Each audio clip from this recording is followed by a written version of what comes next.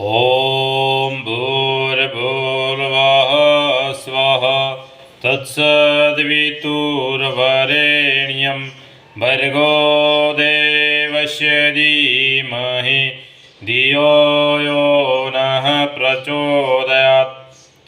उपस्थास्ते अनमिवा अयक्ष्मा अस्मभ्य सन्तु पृथ्वी प्रसूता दीर्घन आयु प्रद बुद्धिमाना वयम तुभ्य बलिम स्थायम।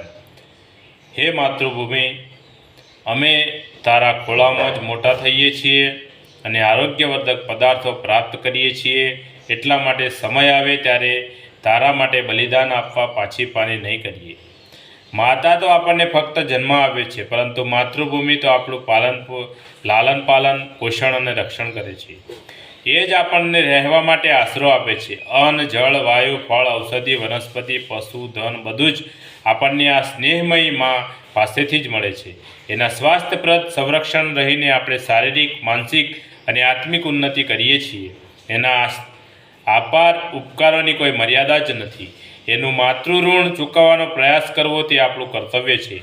હે પરમેશ્વર, અમે બુદ્ધ બનીએ, उत्तरोत्तर वधु ज्ञानवान बनीए, आत्मिक रीते जागृत बनीए और मातृभूमि प्रत्ये अमरी जवाबदारीओ ने तन मन धन थी निभावता रहीए। आ धरती माता प्रत्ये आपणुं कर्तव्य पर्यावरणनुं समतोलन जाळवी राखवानुं छे। आपणे धरतीमांथी ज दरेक प्रकारनी खनिज, वनस्पति अने औषधिनुं दोहन करता रहीए छीए, परंतु तेना पोषण प्रत्ये ध्यान आपता नथी। एटલું જ नहीं, चारे तरफ जात जातनी गंदकी फैलावीने रात दिवस વધુ ને વધુ પ્રદૂષણ ફેલાવતા રહીએ છીએ। આપણા આ અજ્ઞાન પર અને સ્વાર્થપૂર્ણ આચરણ પર ધિક્કાર છે। ધરતી માતા પ્રત્યે આ ઘોર પાપ છે। આપણે તાત્કાલિક એનો પશ્ચાતાપ કરવો જોઈએ। આ સમયનો પોકાર છે તેને સાંભળીને આપણે પોતપોતાના પગ પર કુહાડી મારીએ છીએ। વૃક્ષારોપણ અને વૃક્ષોનું સંરક્ષણ કરવું તે ધરતીનું જીવન રક્ષણ કરવા માટેની સૌથી વધુ જરૂરી છે। आ हकीकत अवगणना करीने आपणे जाते आपणा सर्वनाशने आमंत्रित करी रह्या छीए।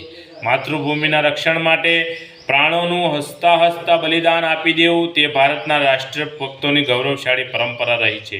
परंतु आजना राजनेताओ, धर्मचारीओ, बुद्धिजीवीओ बधा ज स्वार्थमां आंधळा बनीने देशने लूंटवामां अने तेने वेची देवामां पाछी पानी करता नथी। आपणी कर्तव्य भावना क्यारे जागृत थशे? આપણને ક્યારે સદબુદ્ધિ આવશે અને આપણે આપણું સર્વસ્વ માતૃભૂમિના ચરણોમાં સમર્પિત કરવા ક્યારે તત્પર થઈશું?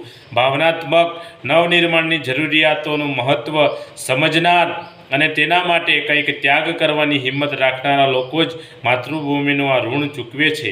જેમના અંતઃકરણમાં દેશભક્તિ, સમાજ સેવા, પરમાર્થ અને લોકમંગળ માટે કંઈક કરી છૂટવાની ભાવનાની લહેર રહી હોય એવા નવરત્નો જ પોતાનું જીવન ધન્ય બનાવે છે અને આજના સમયની મહત્ત્વપૂર્ણ ભૂમિકા અદા કરે છે।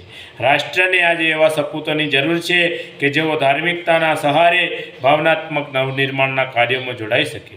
ઘર સંસારમાં રહેવા છતાંય સાધુ બ્રાહ્મણની પરંપરાઓ નિભાવી શકે।